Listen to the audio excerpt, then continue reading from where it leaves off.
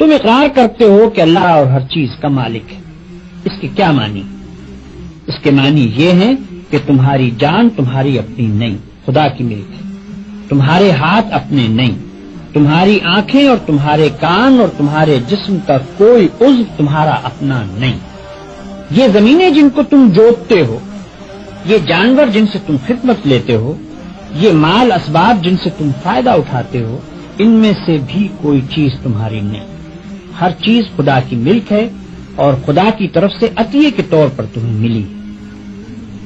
اس بات کا اقرار کرنے کے بعد تمہیں یہ کہنے کا کیا حق ہے کہ جان میری ہے، جسم میرا ہے، مال میرا ہے اور فلاں چیز میری ہے؟ دوسرے کو مالک کہنا اور پھر اس کی چیز کو اپنی قرار دینا بالکل ایک لغو بات ہے۔ اگر در حقیقت یہ بات سچے دل سے مانتے ہو کہ ان سب چیزوں کا مالک خدا ہی ہے تو اس سے دو باتیں خود بخود تم پر لازم ہو جاتی ہیں۔ ایک یہ کہ جب مالک خدا ہے اور اس نے اپنی ملکیت امانت کے طور پر تمہارے حوالے کی ہے تو جس طرح مالک کہتا ہے اسی طرح ان چیزوں سے کام لینا چاہیے۔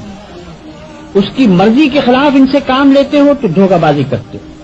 تم اپنے ان ہاتھوں اور پاؤں کو بھی اس کی پسند کے خلاف ہلانے کا حق نہیں رکھتے۔ تم ان آنکھوں سے بھی اس کی مرضی کے خلاف دیکھنے کا کام نہیں لے سکتے۔ تم کو اس پیٹ میں بھی کوئی ایسی چیز ڈالنے کا حق نہیں ہے جو اس کی مرضی کے خلاف ہو۔ تمہیں ان زمینوں اور ان جائیدادوں پر بھی مالک کے منشا کے خلاف کوئی حق حاصل نہیں ہے۔ تمہاری بیویاں جن کو تم اپنی کہتے ہو اور تمہاری اولاد جن کو تم اپنی کہتے ہو، یہ بھی صرف اس لیے تمہاری ہیں کہ تمہارے مالک کی دی ہوئی ہے، لہذا تم کو ان سے بھی اپنی خواہش کے مطابق نہیں بلکہ مالک کے حکم کے مطابق ہی برتاؤ کرنا چاہیے۔ اگر اس کے خلاف کرو گے تو تمہاری حیثیت غاصب کی ہوگی۔ جس طرح دوسرے کی زمین پر قبضہ کرنے والے کو تم کہتے ہو کہ وہ بے ایمان ہے، اسی طرح اگر خدا کی دی ہوئی چیزوں کو تم اپنا سمجھ کر اپنی مرضی کے مطابق استعمال کرو گے یا خدا کے سوا کسی اور کی مرضی کے مطابق ان سے کام لوگے تو وہی بے ایمانی کا الزام تم پر بھی آئے گا۔